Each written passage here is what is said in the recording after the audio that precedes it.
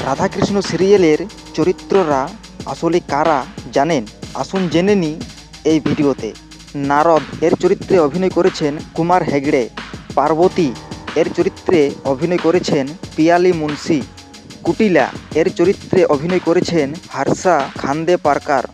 যোগমায়া এর চরিত্রে অভিনয় করেছেন পূজা শর্মা। যশোদা এর চরিত্রে অভিনয় করেছেন রীনা কাপুর। জটিলা এর চরিত্রে অভিনয় করেছেন মালিনী সেনগুপ্ত। মহাদেব এর চরিত্রে অভিনয় করেছেন তরুণ খান্না। সাম্বা এর চরিত্রে অভিনয় করেছেন কার্তিকে মালবিয়া। আয়ান এর চরিত্রে অভিনয় করেছেন ঋষিরাজ পাওয়ার। রুক্মিণী এর চরিত্রে অভিনয় করেছেন ঝলক দেশাই। বলরাম এর চরিত্রে অভিনয় করেছেন বসন্ত ভাট। লর্ড কৃষ্ণা এর চরিত্রে অভিনয় করেছেন সুমেধ মুদগলকার। রাধা এর চরিত্রে অভিনয় করেছেন মল্লিকা সিং।